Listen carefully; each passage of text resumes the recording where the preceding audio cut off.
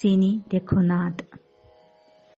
യാനം പൊന്നരളിൻ തുമ്പത്തു തൊട്ട് പുലരി വിളിച്ചുണർത്തിയ നേരം മണ്ണിൽ നിന്നൊരു ചെറുപാത ജീവിതത്തേരിൻ ചക്രമായി ഉച്ചവെയിലിൻ തീയിൽ വെന്തു മാരിവില്ലിൻ മഴയായി പെയ്തു വീണിടത്തു നിന്നെണീറ്റു ഞാൻ കതിരുപോലെ കുനിഞ്ഞു നിന്നു.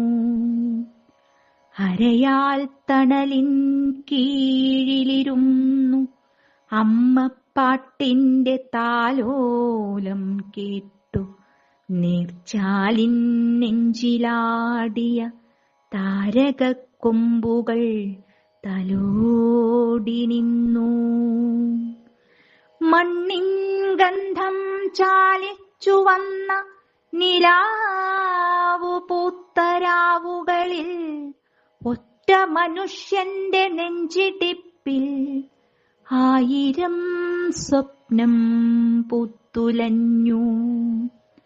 പൂക്കാലം വാതിൽ തുറക്കുമ്പോൾ പുതുവസന്തം കൈനീട്ടി നിൽക്കും.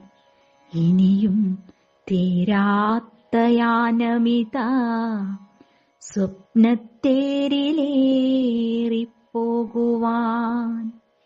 ഇനിയും തീരാത്ത യാനമിതാ സ്വപ്നത്തേരിലേറിപ്പോകുവാൻ.